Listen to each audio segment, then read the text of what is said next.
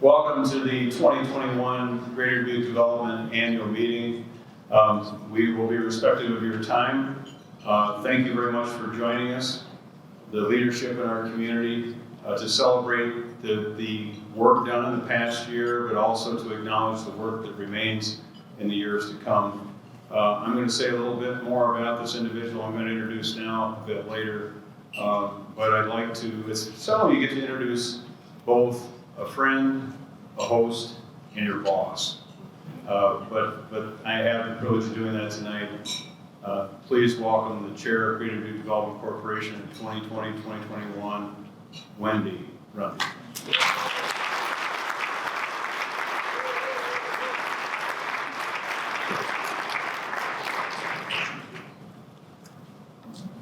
Are you all nervous that I brought water? Tonight I get to make up for a year of virtual meetings. Saddle up. And it's a little like church up here. There's plenty of seats at the front two tables if anybody wants to settle in. Good evening. Welcome investors, board members, and guests to Greater Dubuque Development's annual meeting, and welcome to the Diamond Joe. I was quite certain, as chair of the board, that I might be part of the planning committee for this fantastic event tonight. I had all kinds of great ideas, asked Rick, like a bag toss tournament, music on the patio, and no speeches. There was a strange silence on the other end of the phone after sharing my vision. I never heard from the planning committee again, and here I stand today. So you can see how all of that turned out for me. That said, I also didn't have a hand in selecting the venue, and I've got to say somebody has impeccable taste. It's wonderful to see you all live, up close, and in person again. Tonight, I'm sorry to say, when and if you get tired of any one of us, maybe me, there aren't any mute buttons and there's no turning the camera off. We are stuck with one another from the beginning to the end. By the way, is Dan Walsh in the room tonight? No? Okay. Well, if the planning committee had given my input any consideration, Dan would have been the only speaker on the program this evening. For those of you who are not on the board, throughout this past year, every single Zoom meeting, Dan had technical difficulties when he tried to provide feedback. No fail, and every time he chimed in, it sounded like a bad episode of Alvin and the Chipmunks. If you know Dan, he has a lot to say, and unfortunately, all the rest of us could do was laugh every time he tried to speak. So tonight, I thought it only appropriate that Dan have an opportunity to share his thoughts, but it looks like that too was vetoed. In all seriousness, what an unusual and trying and historic year that is now in the books. This community has a history of persevering through challenging times, and COVID-19 was no exception. As I reflect on my year as board chair, I witnessed how the team at Greater Dubuque Development came together daily for strategic planning sessions that often included pivoting as circumstance and information was constantly changing. They learned, they adapted, and they adjusted quickly to help position our community to do the same. The team swiftly positioned themselves as a support and a resource go-to shortly after COVID shut the nation down in March, and they continued connecting businesses to safety guidance, unemployment resources, and emergency funding throughout the pandemic, as well as playing a very active part in the facilitation of vaccination rollout across the Greater Dubuque area. During a period when getting through it was considered success in and of itself, even while working remote, day-to-day operations never paused and priorities did not get sidelined at Greater Dubuque Development. As a matter of fact, this organization made some notable achievements during an unprecedented time. The business community in the Greater Dubuque area experienced growth, both by expanding existing business and by welcoming new employers. Our community was recognized internationally and regionally for some incredible successes. GDDC received 2 awards from the Mid-America Economic Development Council. One regarding workforce development in recognition of the college recruitment strategy, whereas the focus is on connecting area employers with college students. The second, for the Economic Impact Deal of the Year, which recognized the coordinated efforts between local partners, primarily Hodge, to bring 2 new employers to the greater Dubuque area, Duluth Trading Company and Crown Cork and Seal. The International Economic Development Council recognized the Sustainable Innovations team at Greater Dubuque Development for working with the City of Dubuque to build new partnerships in public and private sectors, expanding our broadband network and increasing providers. The Professional Developers of Iowa also recognized Greater Dubuque Development with the overall Business Retention and Expansion Program Award, which also celebrated the college outreach strategy. Other accomplishments this past year included achieving 2 of the 4 goals for the Greater Dubuque 2022 strategic plan. Median household income surpassed $60,000 and is just over $63,100. And construction spending for both commercial and residential development exceeded the goal of $800 million. The team also remained engaged with the Future Leadership Committee as another means to keeping a thumb on priorities, long-term goals, and strategies to better support existing business. And last but certainly not least, as I mentioned earlier in the accolades portion of my summary, let's not forget, after living through this pandemic, the early work that Greater Dubuque Development had a hand in to expand broadband networks and options to set the stage for so many in our community to be able to remote in for work and for education during that difficult time. As we look ahead, much work remains. Population growth and labor force challenges facing employers reflect not only challenges our community faced prior to 2020, but now compounded with the effects of the pandemic. Other challenges, both old and new, are sure to be waiting as well, but so is the team at Greater Dubuque. Pushing onward together, the team is committed to working collaboratively to drive positive change for our businesses and for our citizens alike. Thank you to the Board of Directors, to our investors, to our partners, and to our friends for playing an active role in the success of this organization. And now I think on with the show. You're very quiet.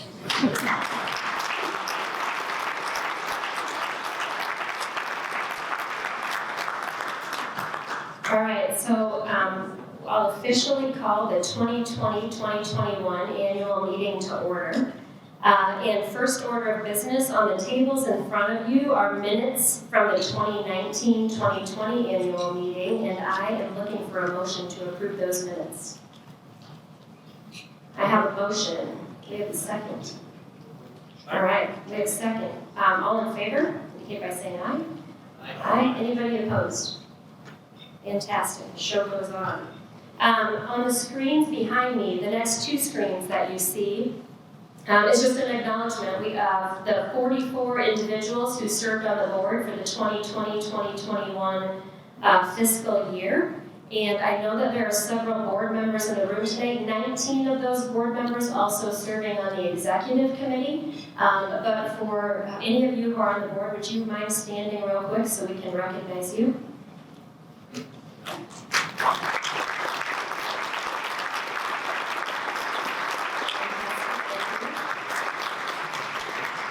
And on the next slide, the 2020-2021 Future Leadership Team. This is a group of individuals, 30 seats available, a 2-year term, so you'll see later in the agenda that there's a lot of individuals coming and going on a regular basis, but an up-and-coming group of individuals. Thanks to all of the businesses sitting in this room, likely. It's your superstars that are bringing fantastic ideas to the forefront here. And 2020-2021 Future Leadership Team, anybody present tonight? I know we've got a couple. Would you stand to be recognized?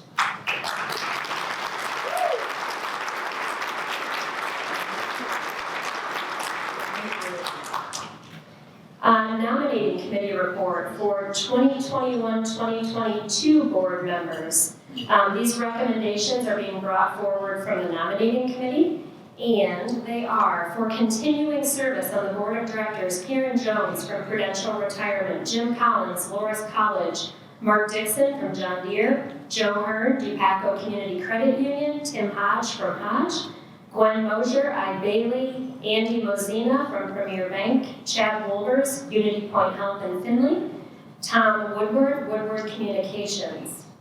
Recommendations being brought forth for new board members: Jackie Ray from the Dyersville Economic Development, Jason Norton, Dutrack Community Credit Union, Zach Keeling, Medical Associates, Pat Reedy, Origin Design, Lisa Bowers, Future Leadership Team, representing the Future Leadership Team from Dubuque Community Credit Union, Tyson Leindecker, Dubuque Bank and Trust. And we've got some new ex officio board members as well. Scott DeSouza, representing the Dubuque Chamber of Commerce from Freedman Insurance. Representative Chuck Eisenhardt from the Iowa State Legislative Delegation. Derek Dewar from Carpenters Local 678. At this time, I'd ask if there are any further nominations from the floor.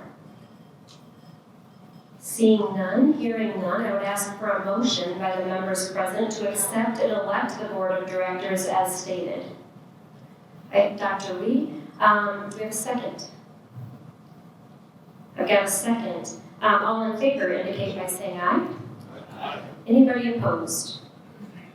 Thank you, motion carries. We have some outgoing board members, 4 of them, whose terms are ending for a myriad of reasons, including retirement, term limits, expanded opportunities, whatever the reason.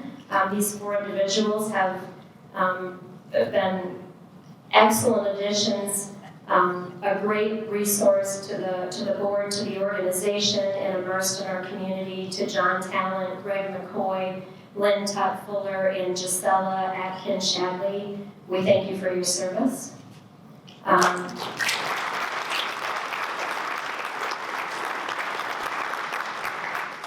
We also have 3 outgoing ex officio board members. Again, their terms have been fulfilled. Darren Harmon, representing the Dubuque Area Chamber of Commerce.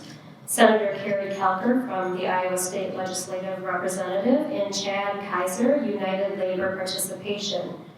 We thank them as well for this.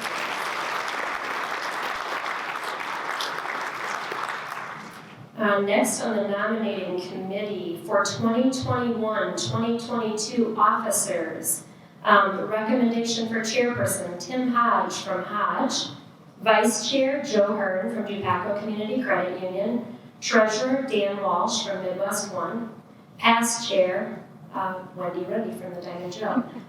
Any further nominations from the floor?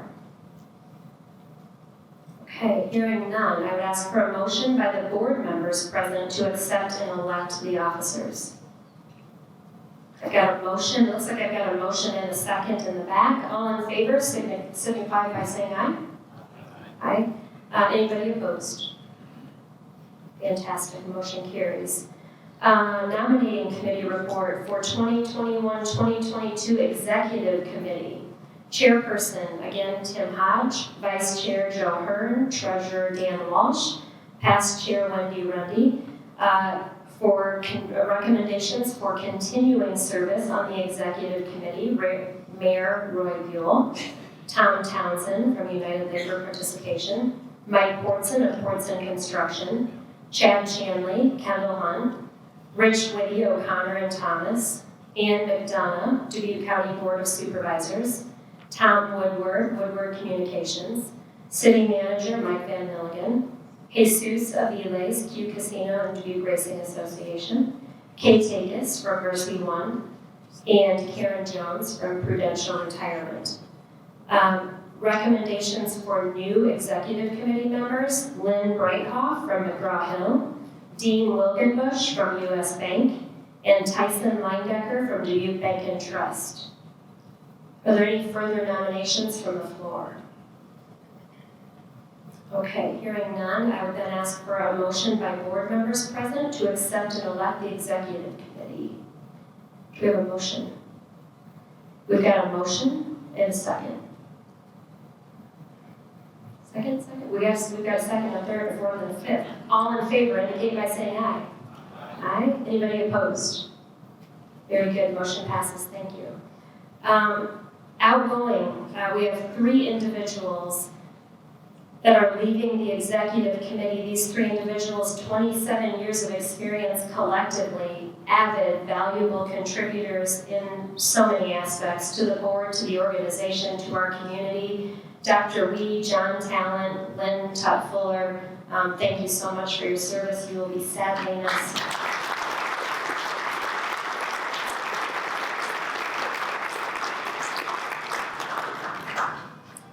All right, I think next on the screen behind me, future leadership team. These folks have already been elected.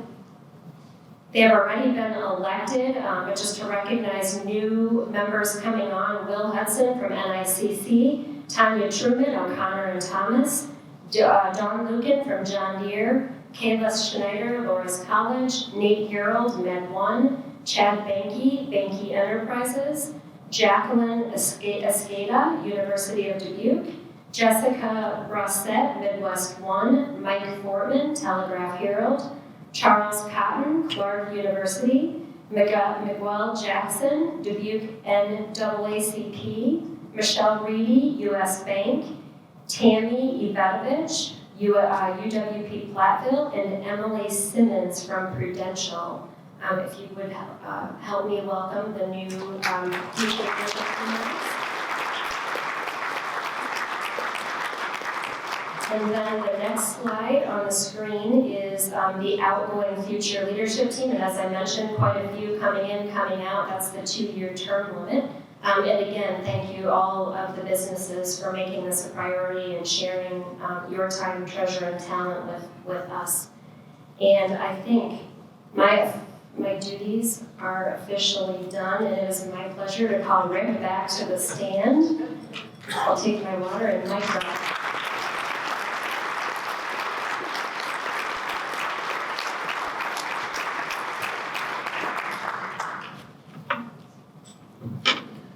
Great job, Wendy, and a bit more about that in a second. I also missed a few names that I wanted to acknowledge, and when Carrie stood up, I thought, okay, that's one of them. I'd like to acknowledge the service and the presence of state legislators here with us today. Representative Chuck Eisenhart, Representative Dr. Steve Bradley, both members of the House, and the person that reminded me to introduce. I just want a special note.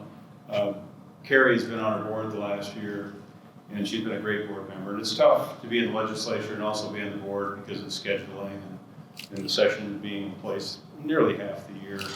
And I want you to know that Carrie stayed in touch throughout. She was unable to attend the last meeting because her beloved son is dealing with some really serious health issues with the plum and with the love of his family, and Carrie in particular. I'd like to introduce Senator Carrie Culver, and let's give her our thought and love.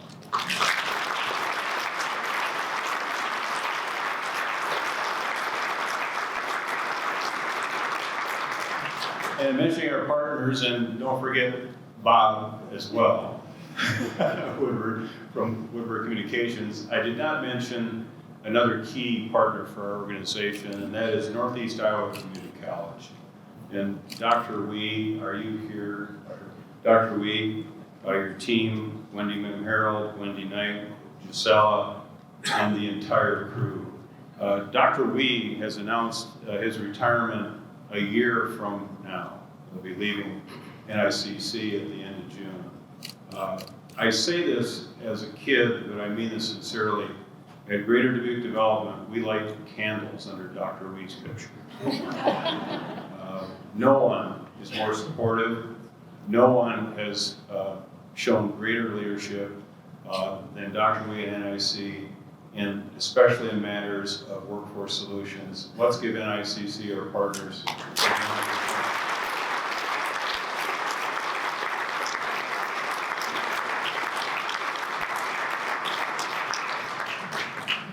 Now, I've been forewarned by my staff that last year I took too long. Noted.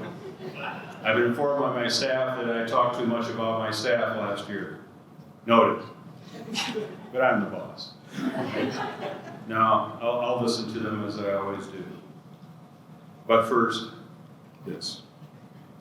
For more than a year, we've experienced unprecedented challenges, haven't we?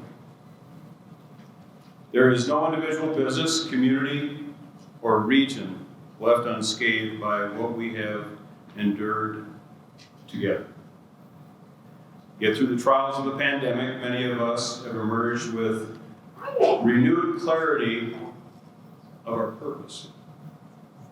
There is a rededication to essentials, a focus on what's fundamental, what's elemental to what we do. And we've come to realize that the most precious elements are not gold, they're not silver, they're not bronze. The most precious element is the human element, our ability to be with each other. For Greater Dubuque Development, it has meant a distillation of our work. Our focus is on three fundamental areas: workforce solutions, business services, and community development. In the simplest of terms, it is supporting and growing our business community and our workforce while improving our regional quality of life. So now, more than ever, the collaboration of public, private, and nonprofit partners is crucial to our region's success. It has been key to how we have weathered the storm and is the foundation of our strong recovery. And our recovery is strong. The latest statistics supplied to us by the Iowa Department of Workforce Development, Dubuque County's percentage rate of job growth is nearly double of every metro in the state of Iowa. Double.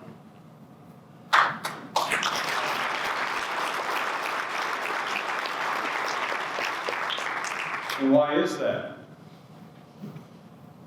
It's because what we do matters. What we do matters. There's three key words there. We do what we do, and why does it matter? The we begins with the best economic development staff in the country. They're pictured, I think, behind me, and I will be brief. Jane Ervolino, our administrative assistant. I'm going from top to bottom and from left to right. Jason White, our newest addition to Greater Dubuque Development, is our Vice President of Business Services. You're going to be hearing a lot more about Jason in the weeks and months and years to come. Anna Rowling, our Director of Workforce Solutions. Bill Baum, Existing Business Specialist. Karen Kleesner, our Vice President of Operations. Emily Graves, our Director of Communications. Dan McDonald, Vice President of Existing Business. Kristen Dietzel, just can't let her go, our community tour guide. Dave Lyons, our Sustainable Innovations Coordinator and Consultant. Chris Apple, another community tour guide.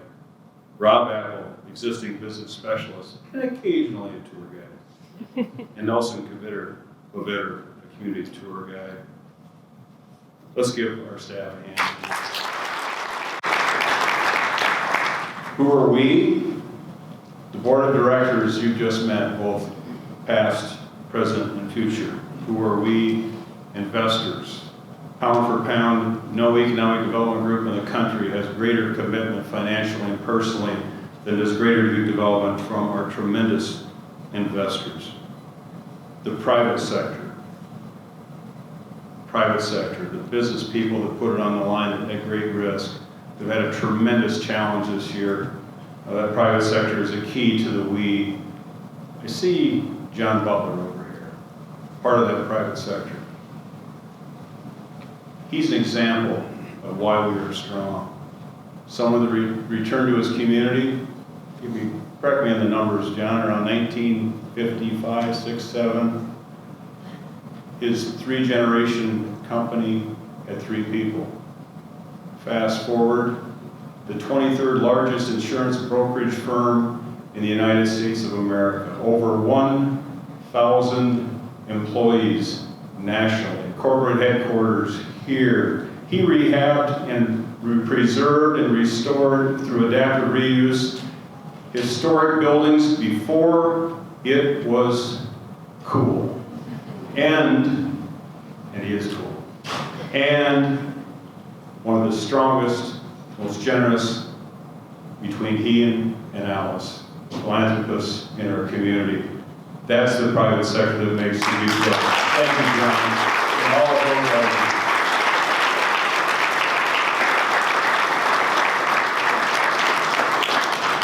And our public sector. The people that interrupt their families' lives by running for office, being elected to office, having a difficult challenge perhaps more than ever, and trying to satisfy all sides of any challenge. Let's give our public sector partners a hand.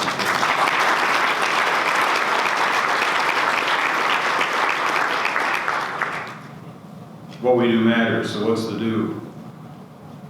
It's a great workforce solutions program, one of the best in the country. Our challenge is to get everyone to adopt it, but it's there because our private sector tells us what's necessary. Our focus on existing business, which is unique nationally, awarded year after year after year. I just wish everyone did it. Dan and his crew, Bill and Rob, met virtually this year with over 300 companies and employers. And we'll do the same next year, this time face to face. And our community development programs. Thank goodness 3 years ago we began to aggressively pursue broadband in our community so people could work remotely in this pandemic. Thank goodness we have a community that's branded itself as a model for sustainable communities, and we can help clean our air through biogas and solar energy. Those are the do's. Why do they matter? It matters because all of these things serve the most important element, the human element. It serves our children and our children's children, all that we love. That's why what we do matters. I'd now like to ask Wendy to come up again, if you could, please.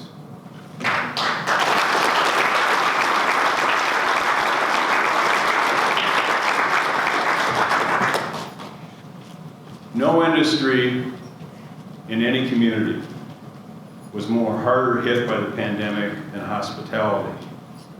And no one in hospitality was harder hit than gaming. Wendy mentioned to you that, oh my goodness, there are human beings at Greater Dubuque Development Corporation, because for the entire year of her tenure, not once was she able to meet face to face with her staff, with her partners on the board, and our investors.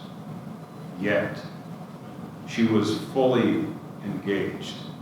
She was invaluable in her leadership. She made things fun when they didn't seem to be all that much fun. And she, in the 26 years I've been here, one of the greatest leaders and chairs I've ever had the privilege of working for. Wendy, let's give her a hand, please.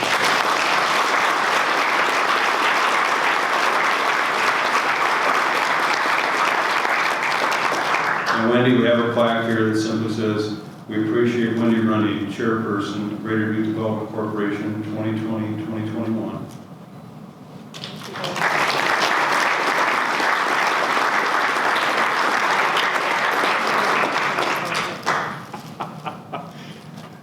And we have a little gift for Wendy. Her staff was very helpful, by the way, in secretly telling us what she might like. So, Wendy, here you go.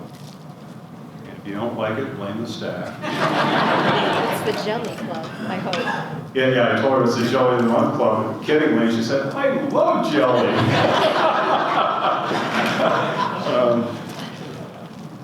Okay, thank you very much. Give her Wendy a hand.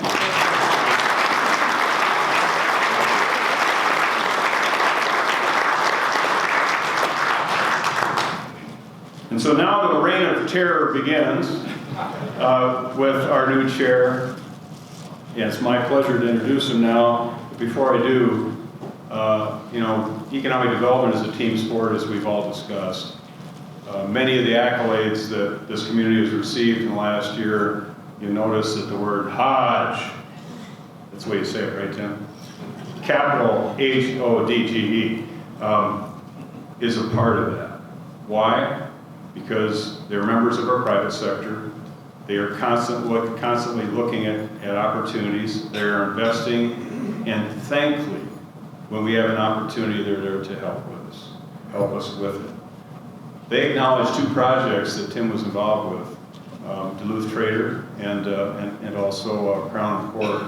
But there's more to come, and it's thanks to the investment that Tim and his family have made in this 4-generation, sounds similar to what I just described with John, 4-generation company.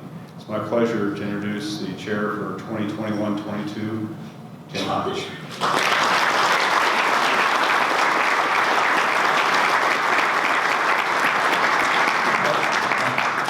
We'll save the hug for the end of next year.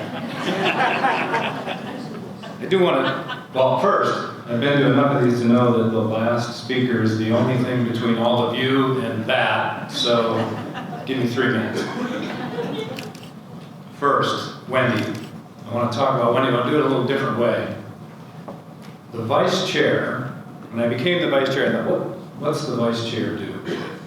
The vice chair is there to sort of keep the chair in line, maybe run a meeting if the chair can't be there. If the chair fumbles a little bit, be there to pick up the fumble. So I didn't do a damn thing. Wendy batted 1,000, made every meeting. I literally didn't do anything. Joe Hearn, this is just not going to work out for you at all. Just want to apologize right now because it's just not going to work out well. So pay attention.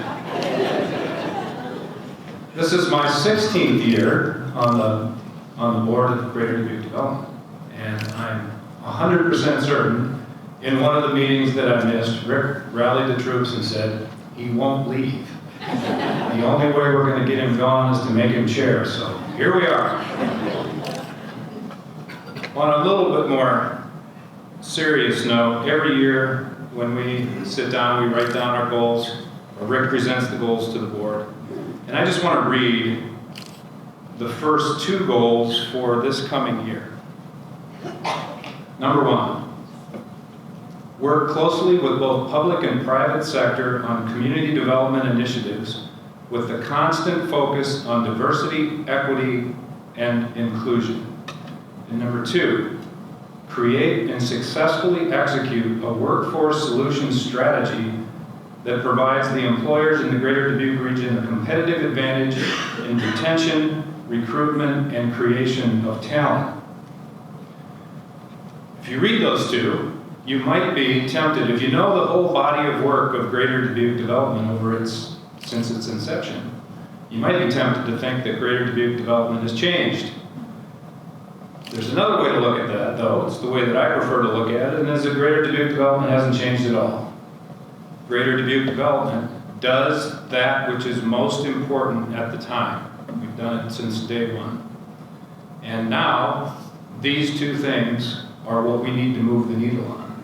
And so I'm confident with the staff that Rick has and Joe Hearn's vice chairmanship that we will move the needle with regard to those 2 items. And Rick would be disappointed if I didn't also mention that in order to move that needle, goal number 3 is to raise money. We are in our campaign year. We do that every 5 years. So you'll be hearing more about that. This is not the night for that. I was thinking about making the doors close and you had to pay to get out, but I think as my first action as chair, that might not have been very good. But there'll be much more to come on that. I promised 3 minutes. That concludes my remarks, but for a matter of protocol, I need to ask if there's any remarks from the floor. Seeing none, I would ask for a motion to adjourn. Moved, second. We have a second. We have a motion and a second. All in favor, say aye. Aye. Opposed, same sign. Thank you, we are adjourned. Please enjoy yourselves.